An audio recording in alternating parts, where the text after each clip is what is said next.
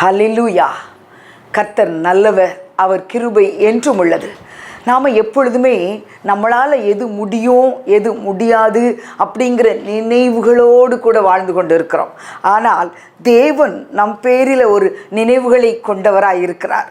எனக்கு இது முடியுமா இல்லை முடியாதா என்கிற டவுட்ஃபுல் லைஃபோடு தான் நம்ம போய்கிட்டே இருக்கிறோம். ஆனால் டவுட்டே இல்லாமல் எல்லாமே முடியும், தேவனாலே எல்லாம் கூடும் அப்படின்னு சொல்லி ஆண்டவர் நம்மோடு கூட வாழ்ந்து கொண்டு இருக்கிறார். அவர் நம்முடைய நினைவுகளின் தோற்றத்தை அறிந்திருக்கிறார். நினைவுகளுக்கு ஒரு தோற்றம் இருக்கிறது. அந்த தோற்றம் நம்ம கண்ணுக்கு தெரியுமா? நம்முடைய நினைவுகளுக்கு ஒரு தோற்றம் இருக்குதான், ஒரு பிம்பம் இருக்குது. அந்த பிம்பம் நமக்கு தெரியாது, ஆனால் யாருக்கு தெரியும்? கர்த்தருக்கு தெரியுமா? நினைவுகளின் தோற்றத்தை அவர் அறிந்திருக்கிறார். அப்போது நம்ம மேலே ஆண்டவர் வைத்த நினைவுகள் எப்படி இருக்குது அப்படிங்கிறத இன்னைக்கு நாங்கள் ஒரு வீட்டில் ஜெபிக்க போயிருக்கும்போது கர்த்தர் தெளிவாக பேசினார். கர்த்தரோ என்மேல் நினைவாக இருக்கிறார். இந்த வார்த்தையை சொன்ன உடனே ரொம்ப சந்தோஷமாக இருக்கும். நம்மளை ஒருத்தர் நினச்சிருக்கிறேன் அப்படின்னு சொன்னாலே நமக்கு ரொம்ப பிடிக்கும் இல்லையா? ஓ, அன்றைக்கு நான் உங்களை ரொம்ப நினச்சேன், கரெக்டாக நீங்கள் ஃபோன் பண்ணிட்டீங்களே அப்படி சொல்லும்போது நமக்கு எவ்வளோ சந்தோஷமாக இருக்குது. உண்மையான நம்முடைய நினைவுகளை கொண்ட சில மனிதர்களை பார்க்கும்போதே, சில மனிதர்களுடைய வார்த்தையை கேட்கும்போதே நமக்குள்ளே, நம்முடைய உள்ளத்துக்குள்ளே ஒரு சந்தோஷம் எழும்பும் என்றால், தேவன் நம் பேரில் நினைவுள்ளவராய் இருக்கிறார் என்பதை கேட்டாலே நமக்கு எவ்வளோ பெரிய சந்தோஷம், மன மகிழ்ச்சி. தேவன் என் பேரில் நினைவாயிருக்கிறார். சாதாரண நினைவுகள் அல்ல.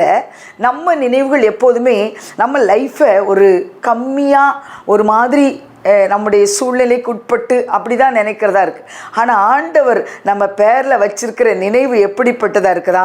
உயர்ந்ததாக இருக்கிறது, பெரியதாக இருக்கிறது, நினைவுகள் பெரிதாக இருக்கிறது. ஹல்லேலூயா. நம்ம மேலே அவர் எப்படிப்பட்ட நினைவுகளை உடையவராக இருக்கிறாரா? தீமைக்கு ஏதுவான நினைவுகள் அல்ல, நன்மைக்கு ஏதுவான நினைவுகள். ஒரு மனுஷன் நம்ம மேலே நினைவாக இருப்பான், இப்படி நினைப்பான், அப்படி நினைப்பான். மனிதர்கள் மாறுகிறவர்கள், மாறுகிற சுபாவத்தை உடையவர்கள். ஒரு நேரத்தில் நம்ம மேலே ஒரு நன்மையான நினைவுகள் அவர்கள் இருக்கும், ஆனால் இன்னொரு நேரத்தில் அந்த மனிதனுக்கு அந்த நினைவுகள் எப்படி மாறி போகும்? தீமைக்கு ஏதுவாய். அவன் எப்போ அழிவான், அவன் பெயர் எப்பொழுது அது இல்லாமற் போகும். இப்படி தான் மனிதர்களுடைய நினைவுகள் இருக்கிறது. இதற்காக ஒரு அருமையான பாடல் எனக்கு நினைவுக்கு வந்தது பாருங்க. எப்போதுமே ஒரு மனிதனுடைய மேன்மையை கண்டு இன்னொரு மனிதன் சந்தோஷப்படுவானான்னு கேட்டால் அது நம்ம எப்போதுமே இல்லைன்னு சொல்லிடலாம். ஒரு மனிதனுடைய மேன்மையை கண்டு இன்னொரு மனிதன் சந்தோஷப்படுவான் என்றால் அவன் உண்மையான கிறிஸ்தவன், அவன் கிறிஸ்துவை உடையவன், கிறிஸ்துவை தரித்து கொண்டவன். உண்மையான கிறிஸ்தவனுக்கு தான் இன்னொரு மனிதன் சக மனிதனுடைய முன்னேற்றத்தை, சக மனிதனுடைய ஆசீர்வாதத்தை, சக மனிதனுடைய உயர்வை, வாழ்வின் உயர்வை பார்க்கும்போது மனதில் மகிழ்ச்சி உண்டாகும். அதுதான் உண்மையான கிறிஸ்தவனுடைய மகிழ்ச்சி, கிறிஸ்துவின் மகிழ்ச்சி. ஆனால் பொல்லாத நினைவுடைய மனிதர்கள் மற்றவர்களின் வளர்ச்சியை பார்த்தாலே இது எப்படி தடுக்கலாம், இவனுடைய வளர்ச்சியை நம்ம எப்படி தடுத்து போடலாம் அப்படின்னு சொல்லி பார்க்கிற மனிதர்கள் கூட்டங்கள் ஏராளம் இருக்கிறது. ஹல்லேலூயா. உன்னை இல்லாமல் செய்வேன் என்று சொன்னோர் முன் இடம் கொள்ளாமல் பெருகச் செய்யும் தேவன். உன்னை இல்லாமல் செய்வேன் என்று சொன்னோர் முன் இடம் கொள்ளாமல் பெருகச் செய்யும் தேவன். நேராகும் வாய்ப்பில்லா உன் வாழ்வை சீராக மாற்றிட வருவாரே. மனுஷன் உன்னை இல்லாமல் போக பண்ணிடுவேன், ஆனால் தேவன் உன்னை பெருகச் செய்வேன் என்று சொல்லுகிறார். இதற்கு ஆதாரமான தேவனுடைய வார்த்தையை நம்ம பார்க்கலாம். ஏசாயா தீர்க்கதரிசியின் புஸ்தகத்தில் அருமையான ஒரு வசனம் பாருங்கள். அந்த வீட்டில் ஜெபிக்க உட்கார்ந்த உடனே ஆண்டவர் கொடுத்த வார்த்தை அதுதான்.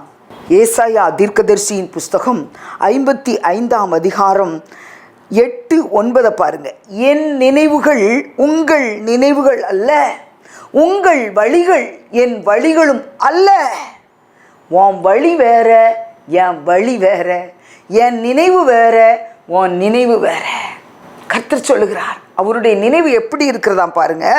பூமியை பார்க்கிலும் வானங்கள் எவ்வளவு உயரமாயிருக்கிறதோ அப்படியே உங்கள் வழிகளை பார்க்கிலும் என் வழிகளும், உங்கள் நினைவுகளை பார்க்கிலும் என் நினைவுகளும் உயர்ந்திருக்கிறது. நம்முடைய நினைவுகளை பார்க்கிலும் நம்ம மேலே அவருடைய நினைவுகள் உயர்ந்த நினைவுகள். நம்முடைய நினைவுகள் தாழ்ந்ததாக இருக்கிறது. நம்ம மேலே ஒரு நினைவுடைய தேவன் நமக்கு இருக்கிறார். அவர் உயர்ந்த நினைவுடையவராக இருக்கிறார். அதை நம்ம நினைக்கும் போது நமக்கு பூஸ்ட் போட்ட மாதிரி இருக்கும் இல்லையா? ஆண்டவர் எனக்கு பெரிய வழிகளை திறந்து வச்சிருக்கிறார், பெரிய பாதைகளை திறந்து வச்சிருக்கிறார். புதிய வழிகளை கர்த்தர் திறந்து இருக்கிறார், புதிய பாதைகளை கர்த்தர் எனக்கு திறந்து வைத்திருக்கிறார். அதன் வழியாய் நான் போகிறேன். அந்த நினைவுகள், பெரிய நினைவுகளை கர்த்தர் எனக்காக சுமந்து கொண்டு நிற்கிறார். அந்த நினைவுகளின் வழியாய், கர்த்தருடைய நினைவுகளின் வழியாய் நான் ஓடுவேன். அவருடைய நினைவுகளோடு கூட நம்ம இணைந்து கொள்ளும் பொழுது நம்முடைய நினைவுகளும் மாறுகிறது. அவருடைய நினைவுகளோடு கூட இணையும் பொழுது நம்முடைய நினைவுகளும் உயர்ந்ததாய் மாறுகிறது. ஹல்லேலூயா. ஏன்னா நம்ம மேல வச்சிருக்கிற நினைப்பு நன்மைக்கு ஏதுவான நினைப்பு, மனுஷனுடைய நினைப்பு தீமைக்கு ஏதுவான நினைப்பு. ஹல்லேலூயா. தேவன் நன்மைகளை நமக்காக செய்யும்படி இறங்கி வந்திருக்கிறார். அது ரொம்ப அழகா அந்த இடத்துல சொல்லும் பொழுது ரொம்ப அருமையா இருக்கும். அந்த வசனத்தை நம்ம பார்த்தோம்னா எப்படி கர்த்தருடைய வார்த்தை சொன்னபடி செய்யும் என்பதை அது அடுத்தடுத்துள்ள வசனங்களை தியானிக்கும் போது ரொம்ப அழகா கொடுத்திருந்தார். என்ன அழகு பாருங்க. மாரியும் உறைந்த மழையும் வானத்திலிருந்து இறங்குகிறது போல கர்த்தருடைய வார்த்தை இறங்குமா? எப்படி இறங்குது? உறைந்த மழை, வானத்திலிருந்து மழை பெய்கிறத பார்க்கும்போது எப்படி நம்ம ரசிக்கிறோம். அந்த ரசனையோடு கூட கர்த்தருடைய வார்த்தை இறங்குகிறத நம்ம பார்க்கலாம். வார்த்தை இறங்கி வருகிறது, தேவனுடைய வார்த்தை இறங்கி வருகிறது, கர்த்தருடைய வல்லமை இறங்கி வருகிறது, தேவனுடைய வசனம் இறங்கி வருகிறது. தேவனுடைய வார்த்தை வர வேண்டும், தேவனுடைய வல்லமை வர வேண்டும். அப்படி நம்ம ஏக்கத்தோடு கூட அவருடைய வார்த்தைக்காக, அவருடைய வசனத்திற்காக நாம் காத்து நின்று ஏங்கி அதை பெற்றுக்கொள்ளும் பொழுது அந்த வார்த்தை பாருங்க, அது கிரியேட் செய்கிறது. எப்படி கிரியேட் செய்கிறது என்றால், தேவன் நம்மேல் வைத்த உயர்ந்த நினைவுகளோடு கூட அது கிரியேட் செய்கிறது. தாழ்ந்த நினைவுகள் அல்ல, உயர்வான நினைவுகளை உடைய கர்த்தர் நம்ம மத்தியில் வந்திருக்கிறார். ஹல்லேலூயா. பாருங்க, ஒரு நாள் ஆண்டவருக்கு ரொம்ப மனசு கஷ்டமாயிடுச்சு. ஆதியாகமம் 6ஆம் அதிகாரத்தில் ஒரு வசனம் சொல்லுவார். 6ஆம் அதிகாரம் 5ஆம் வசனம், மனுஷனுடைய அக்கிரமம் பூமியிலே பெருகிறது என்றும் அவன் இருதயத்தின் நினைவுகளின் தோற்றமெல்லாம், தோற்றத்தை அறிந்த கர்த்தர், மனிதனுடைய இருதயத்தின் தோற்றமெல்லாம் நித்தமும் பொல்லாததாக இருக்கிறது. தினம் அவன் எழும்பும் போதே எப்படி தான் எழும்புறான்? தன்னுடைய படுக்கை விட்டு எழும்பும் போதே அக்கிரமத்தை யோசித்து பொல்லாப்பை பிணைத்து எந்த மனுஷனுக்கு எந்த தீமையை செய்யலாம்? அப்போ மனுஷனுடைய நினைப்பு ஒரு நாளும் நன்மையான நினைப்புக்கா இல்லை. அவன் படுக்கையில் நினச்சிக்கிட்டே படுக்கிறானா, அக்கிரமத்தை தான் என்ன செய்கிறான்? யோசிச்சுக்கிட்டே இருக்கான். அவன் யோசனை எல்லாம் அக்கிரமம் செய்யணும், இதை இப்படி செஞ்சிடலாம், அதை அப்படி செஞ்சிடலாம். இவன் ஆஃபீஸ்க்கு போனால் இவன் பேரை இந்த மாதிரி கெடுத்து விட்டுடலாம். ஸ்கூலில் ஒர்க் பண்ணுறாங்க, டீச்சர்ஸ்குள்ளே இந்த மாதிரி இருக்குது. ஆஃபீஸில் ஒர்க் பண்ணுற எல்லா ஸ்டாஃபுக்குள்ளே எப்படி இருக்குன்னா, அடுத்தவங்க பேரை எப்படி கெடுத்து போடலாம், நல்ல பெயரை கெடுத்து போடுகிற குடும்பங்களுக்குள்ளே எப்படி இருக்குது? நல்ல பெயரை கெடுக்கணும். நீங்கள் நல்லா பாருங்கள், 4 பேர் சேர்ந்து இன்னொரு மனுஷனை குறித்து பேசும்போது அவன் செய்த நல்ல காரியத்தை குறித்து யாராவது பேசுவாங்களா? ஒரு மனுஷன் செய்த நல்ல காரியத்தை குறித்து பேசினாங்கன்னா அது உண்மையாகவே அவர்களுடைய நினைவும் தோற்றம் சீராக இருக்கிறது. மனுஷனுடைய நினைவின் தோற்றம் சரியில்லை. மேன்மையை தடுக்க நின்ற கூட்டங்கள் எல்லாமே தேவன் உன் கூட என்று வணங்கி நிற்கும். 4 பேர் உட்கார்ந்து பேசும்போது ஒரு மனுஷனுடைய நல்ல குணத்தை மாத்திரம் எடுத்து பேசினா அந்த மனுஷன் மேன்மை அடைவான். பாருங்க, அந்த மேன்மையை தடுக்க நிற்கிறதுக்கு ஒரு கூட்டம் இருக்கும். ஒரு மனுஷன் நல்லவனா, நன்மை செய்கிறவனா 4 பேர் சொல்லிட்டாங்கன்னா அவனை எப்படியாவது கீழே தள்ளிடணும். அவன் வாழ்க்கையில் ஒரு முன்னேற்றத்தை வர விடக்கூடாதுன்னு அவன் மேன்மையை தடுக்கிறதுக்கு ஒரு கூட்டம் நிற்கும். இன்றைக்கும் உங்களை சுற்றி ஒரு கூட்டம் நின்று கொண்டு இருக்கிறது. ஏன்னா நான் ஆண்டவருடைய பிள்ளை, நான் இப்படிலாம் பேசக்கூடாது, நான் இப்படி பேசினா தப்பு அப்படின்னு சொல்லி உங்களை நீங்களே என்ன செஞ்சு கொள்வீங்க, அடக்கி வாழ்ந்துக்கிட்டு இருப்பீங்க. உங்களுக்கு ஒரு மேன்மை கொடுக்கப்பட்டிருக்கும். ஓ இவங்களா, அதான் வாசனைங்கிறது. கிறிஸ்தவ வாசனை வீசுகிற வாழ்க்கைன்னா அதுதான். நான் இப்படி அவங்களா பொய் பேச மாட்டாங்க, அவங்களா மற்றவங்களை குறித்து அவதூறாக பேச மாட்டாங்க, அவங்களா மற்றவங்களை பற்றி குறைத்து பேச மாட்டாங்க, அவங்களா டிஸ்கரேஜிங் வேர்டு அவங்க வாயிலிருந்து வரவே வராது, முழுவதும் என்கரேஜ் பண்ணி பேசுவாங்க. இப்படியெல்லாம் சொல்லும் பொழுது அந்த மனுஷனை அல்ல அந்த மனுஷியை பார்த்துக்கிட்டு இருக்கவங்களுக்கு எப்படி இருக்கும், எப்படியாவது இந்த மேன்மையை தடுத்து போட்டுறணும். ஒரு சுற்றி கூட்டம் என்ன செய்யலாம், எழும்பி நிற்கலாம். ஆனால் கர்த்தர் உங்களுக்கு தயவுள்ளவராய் வெளிப்படுவார். அந்த கேரக்டரில் நம்ம எல்லாரும் கேரக்டரில் கிறிஸ்துவை வெளிப்படுத்த நமக்கு விரோதமாக ஒரு கூட்டம் எழும்பலாம். ஆனால் யாரும் நமக்கு சப்போர்ட்டாக வந்துடுவா, ஆண்டவராகிய இயேசு கிறிஸ்து நமக்கு சப்போர்ட்டாக நமக்குள்ளே இருந்து நம்ம கூடவே இருந்து நம்ம வழி நடத்துகிறவராய் வெளிப்படுவார். சுற்றி இருக்கிறவங்க நமக்கு சப்போர்ட் பண்ணலாம் பரவாயில்ல, நம்ம அந்த வாசனையை வெளிப்படுத்திக்கிட்டே இருக்கணும். இந்த மனிதர்கள் உடைய இருதயத்தின் தோற்றமெல்லாம் நித்தமும் பொல்லாததே என்று அப்போவே ஆண்டவர் பார்த்துட்டார். அன்னைக்கு மாறின மனுஷன் இன்னைக்கு எப்படி மாறுவான்? இயேசுவை ஏற்றுக்கொண்டால் அவன் மாறுவான், கிறிஸ்துவை தரித்து கொண்டால் அவன் மாறுவான், பரிசுத்த ஆவியானவரை உள்ளவன் நிறுத்தி இருந்தால் மாறுவான், இல்லைன்னா மாற்றம் இல்லை. அதனால தான் அன்னைக்கு நோவா காலத்தில் அவ்வளோ பெரிய ஒரு அழிவு உண்டாச்சு. அவருடைய அந்த மனுஷனுடைய நினைவுகள் நித்தமும் பொல்லாது இருக்கிறத கர்த்தர் பார்க்கிறார்.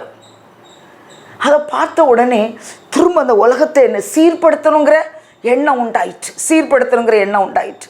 அந்த நினைவுகளை பார்த்து கர்த்தர் உலகத்திற்கு ஒரு முடிவை கொண்டு வந்தார். நோவாவை பேழை செய்ய சொல்கிறார். அவனே அவன் குடும்பத்தையும் அவனோடு கூட கொஞ்சம் மிருக ஜீவன்கள் எல்லாரையும் நீ ஜோடா உள்ள கொண்டு வந்தார். மற்றவங்களை எல்லாரும் அழிக்கணும். காரணம் என்னன்னா, நினைவுகளின் தோற்றத்தை தேவன் அறிந்திருந்தார்.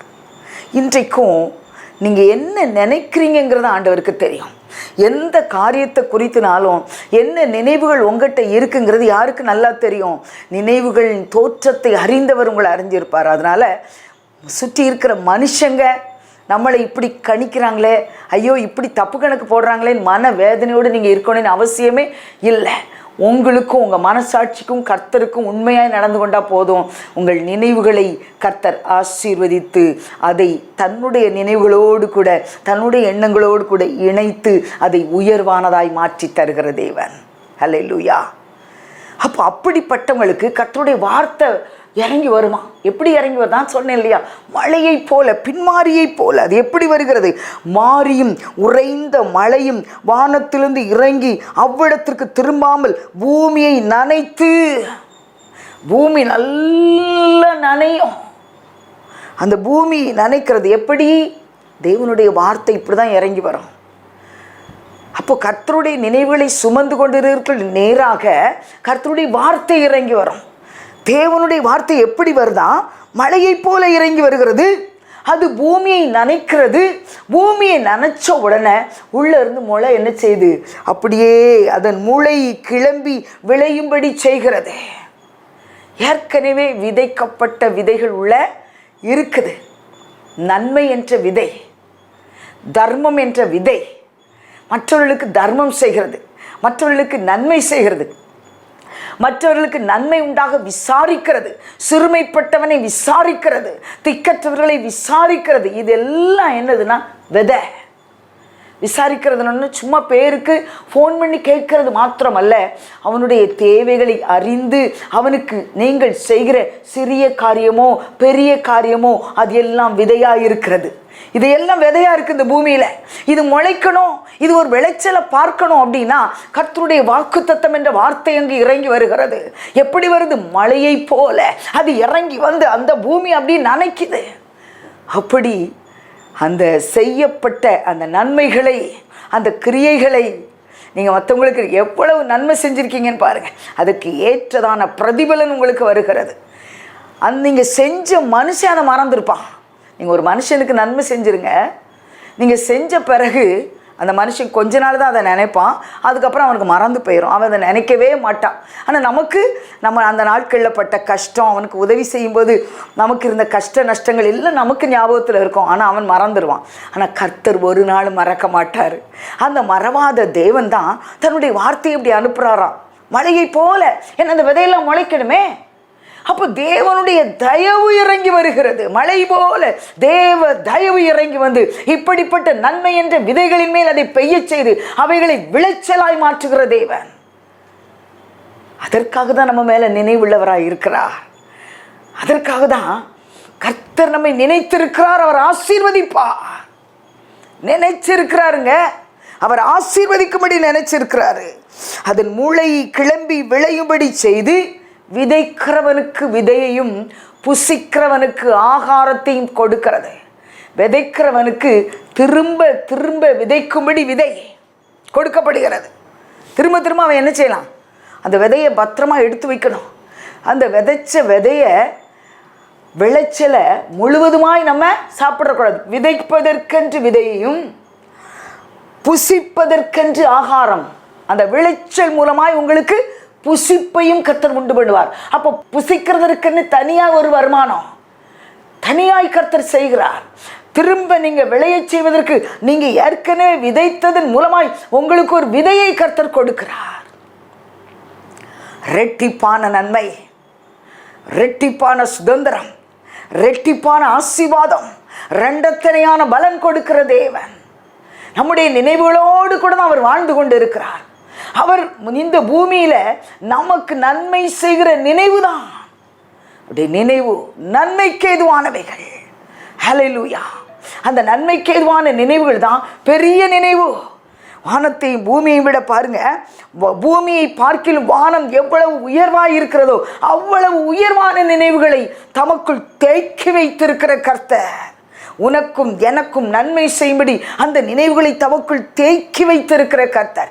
எப்போ டைம் கிடைக்குமோ அப்போல்லாம் நன்மையை ரிலீஸ் பண்ணிக்கிட்டே இருப்பார். நம்ம பெற்றுக்கொண்டே இருக்க வேண்டிய வேலை தான். அல்லேலூயா. அப்படிதான். ஏன்னா அவர் வாயிலிருந்து பிறக்கிற வசனம் நம்ம மேலே நினைப்பாக இருந்துச்சுன்னா நமக்கு வாக்கு தத்தங்களை கொடுத்துக்கிட்டே இருப்பார். அனுதினமும் வாக்கு தத்தங்கள். தினந்தோறும் கர்த்தர் தம்முடைய வார்த்தையை கொண்டு பேசிக்கொண்டு இருக்கிறார்னா அந்த வார்த்தை சும்மா இல்லை. அந்த வார்த்தை எப்படி இருக்குமா? அது வெறுமையா என்னிடத்தில் திரும்பாது. அவர் வாயிலிருந்து புறப்படுகிற வசனம் வார்த்தை வெறுமை நமக்கு கொண்டு வராது, அது நிறைவை கொண்டு வரும். கர்த்தருடைய வார்த்தை நமக்கு புறப்பட்டுச்சுன்னா அது எதைத்தான் தருமா? நிறைவை தருகிறது, நிறைவை தருகிறது. பாருங்க, ஒரு நாள் ஒரு அருமையான ஒரு வெளிப்பாடை கர்த்தர் எனக்கு கொடுத்தார்.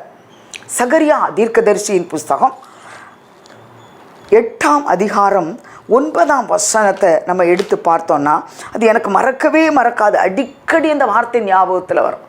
சேனைகளுடைய கர்த்தரின் வீடாகிய ஆலயம் கட்டப்படும்படிக்கு அதன் அஸ்திபாரங்கள் போடப்பட்ட நாள் முதற்கொண்டு இருக்கிற தீர்க்கதரிசிகளின் வாயினால் இந்த வார்த்தைகளை இந்நாளில் கேட்டு வருகிறவர்களே இருதயம் திடப்பட கடவுது. இது எப்படி சொன்னார்னா, நம்ம எல்லாரும் யாரு? கர்த்தருடைய ஆலயம்.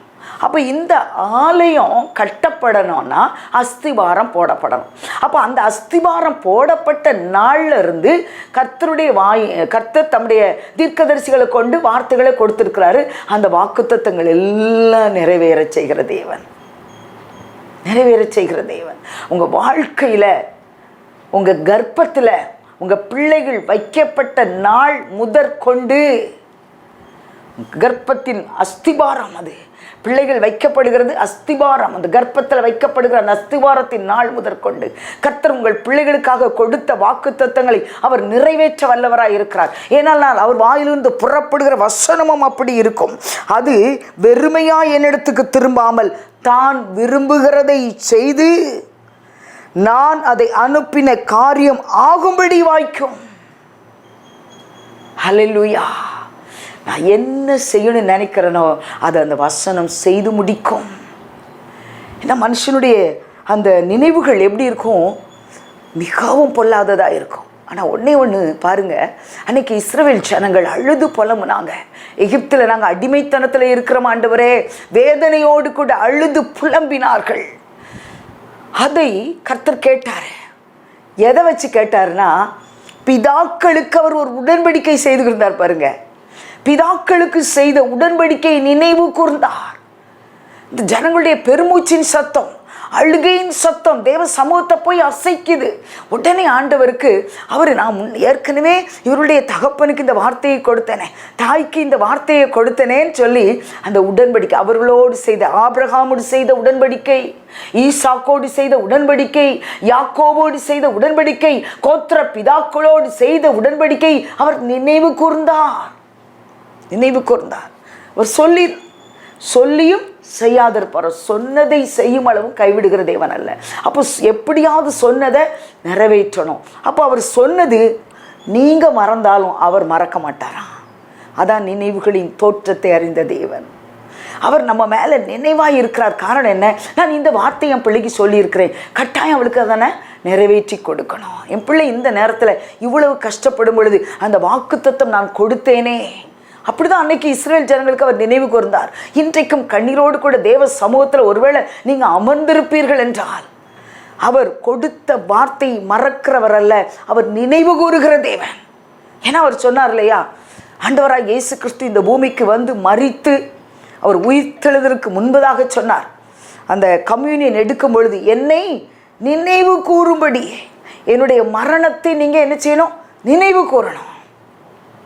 அவருடைய மரணத்தை நினைவு கூறும்படி இதை செய்யுங்கள் என்றார். அவருடைய மாம்சத்தை புசித்து அவருடைய இரத்தத்தை பானம் பண்ணும்படிக்கு அவர் சொன்ன காரியம் என்னன்னா, என் மரணத்தை நீ நினைவு கூறு. இன்னைக்கு நம்முடைய நினைவுகள் புதுப்பிக்கப்படட்டும். அவருடைய மரணத்தை நினைப்போம். அவர் மரணத்தை நம்ம எல்லாரும் அவருடைய மரண சாயலில் இணைக்கப்பட்டிருக்கிறோம். அப்படின்னா அவருடைய உயிர்த்தெழுதலின் சாயலில் நம்ம இணைக்கப்பட்டிருக்கிறோம். அப்போ அவரையே நம்ம என்ன செய்கிறோம்? அவரையே நினைக்கிறோம் அப்படின்னு நம்ம நினைக்கலாம். அவரையே நினச்சிக்கிட்டு இருக்கணும். அதுக்காக தான் அவர் மரித்தேன், ஆனால் இதோ சதா காலங்களில் உயிரோடு இருக்கிறேன் என்று நமக்காக வெளிப்பட்டார். எதை நினைக்க சொன்னார்? மரணத்தை நினைவு கூறுங்கள். மரணத்தை நினைவு கூறும்படி இதை செய்யுங்கள் என்றார். ஒவ்வொரு கம்யூனியன் சர்வீஸ்லையும் இந்த வார்த்தையை நம்ம நினைவு கூறுகிறோம் இல்லையா? அப்போ ஆண்டவருக்கு என்ன தேவைன்னா, அவரை நம்ம நினைக்கணும். நம்ம மாத்திரம் நினைக்கிறோம், நம்மளை ஆண்டவர் நினைக்கணும், என்னை எப்போதுமே அவர் நினைக்கணும் நம்ம நினைக்கிறோம் இல்லையா? அப்போ அவருக்கு எப்படி இருக்குன்னா, நம்முடைய நினைவுகளில் அவர் அமர்ந்திருக்க விரும்புகிறார். ஓ ஹல்லேலூயா! கர்த்தர் நல்லவர். நம்முடைய நினைவுகள் ஒன்றும் அவமாய் போகாதபடிக்கு, நம்முடைய நினைவுகள் சத்ருவின் நினைவுகளாய் ஒரு நாளும் மாறாதபடிக்கு கர்த்தருடைய நினைவுகளால் நிரப்பப்படட்டும். நம்முடைய எண்ணங்களும் நினைவுகளும் சிந்தைகளும் அவராலேயே நிரப்பப்பட்டு இருக்கும்போது, அவர் நம்மை குறித்து இருக்கிற பெரிய நினைவுகளை நம்முடைய வாழ்க்கையில் அவர் நிறைவேற்றுகிறவராய் இறங்கி வருவார். உன்னை இல்லாமல் செய்வேன் என்று சொன்னோர் முன் இடம் கொள்ளாமல் பெருகச் செய்யும் தேவன். இல்லாமல் போக செஞ்சிருவேன் சத்ரு என்ன செய்கிறான்? சவால் விடுகிறான். எத்தனை சத்ருவை இதுவரைக்கும் நம்ம பார்த்துருக்குறோம். எத்தனை பேர் இன்னும் அவன் நிலை நிற்கிறானா, அவனை நிற்க விடுவேனா, அவன் வாழ்க்கையை அழிச்சு காட்டுறேன் பாரு அப்படின்னு சொன்ன எத்தனை பேர் இன்னைக்கு இல்லாமல் போயிட்டாங்க. ஹல்லேலூயா! நம்முடைய வாழ்க்கை அவங்க கரத்தில் இல்லை, நம்முடைய வாழ்க்கை கர்த்தருடைய கரத்தில் இருக்கிறது. அவர் நம்ம மேலே நினைவாக இருக்கிறாருங்க. நம்ம நினைவுகளுக்குள்ளே அவரை எப்படி வைத்திருக்கிறோம்? அவருடைய மனதின் நினைவுகளாய் நம்ம இருக்கிறோமா? நாம் அவருடைய மனதின் நினைவுகளாய் மாறுவோம். அவருடைய மனதில் நாம் நினைவுகளாய் இருப்போம். நம்ம மனதில் அவருடைய நினைவுகளை உடையவர்களாய் நம்ம காணப்படுவோம். என்றென்றைக்கும் வாழ்கிறவரும் வாழ்ந்து கொண்டு இருக்கிறவரும் நம்மால் அறியப்படத்தக்கவருமாயிருக்கிறார். மென்மேலும் அந்த நினைவுகளை வெற்றி சிறக்க பண்ணுகிற தேவனாய் நம்முடைய வாழ்க்கையில் அவர் வெளிப்பட்டு நம்முடைய நினைவுகளை அவர் ஆசீர்வதிக்கிறவராய் இறங்கி வந்திருக்கிறார். அப்படின்னா நம்ம நினைவுகள் எப்படி இருக்கணும்? நன்மைக்கு ஏதுவான நினைவுகள். அவருடைய நினைவுகள் நன்மைக்கு ஏதுவானவைகளாய் இருந்தது போல நம்முடைய நினைவுகளும் நன்மைக்கு ஏதுவானவைகளாய் இருக்கட்டும். அந்த நன்மைக்கு ஏதுவான நினைவுகளை உடையவர்களை நம்ம வாழும் பொழுது இந்த பூமியில கர்த்தர் நம்மை வெற்றி சிறக்க பண்ணுகிறவராய் இருக்கிறார். கர்த்தர் நம்மை வெற்றி சிறக்க பண்ணுகிற தேவனாய். ஹல்லேலூயா. வெற்றி சிறக்க பண்ணுகிற தேவனாய் இருக்கிறார். வெற்றி வாழ்க்கை நமக்கு உண்டு. ஒரு நாளும் வீழ்ந்து போக மாட்டோம். நினைவுகளை புதுப்பியுங்கள். கர்த்தர் பெரிய காரியத்தை நம்ம மத்தியிலே செய்ய போகிறார். எங்கள் அன்பின் பரலோக தகப்பனே, எங்கள் நினைவுகளை உங்கள் சமூகத்தில் ஒப்பு கொடுக்கிறோம் அப்பா. உம்முடைய நினைவுகள் எப்படி உயர்ந்ததா இருக்கிறதோ, நன்மைக்கேதுவான நினைவுகளா இருக்கிறதோ, அப்படியே எங்கள் நினைவுகளையும் அப்பா உயர்ந்ததாய் நன்மைக்கேதுவானைகளை கர்த்தர் மாற்றி எங்களை கர்த்தர் ஆசீர்வதித்து உயர்த்தும்படி தேவனுடைய நித்திய கரங்களில் தாழ்த்துகிறோம், அர்ப்பணிக்கிறோம். தேவன் பெரியவராய் வெளிப்படுங்க. நசரேனாகிய இயேசுவின் நாமத்தில் பிதாவே, ஆமென், ஆமென். ஹல்லேலூயா, ஹல்லேலூயா.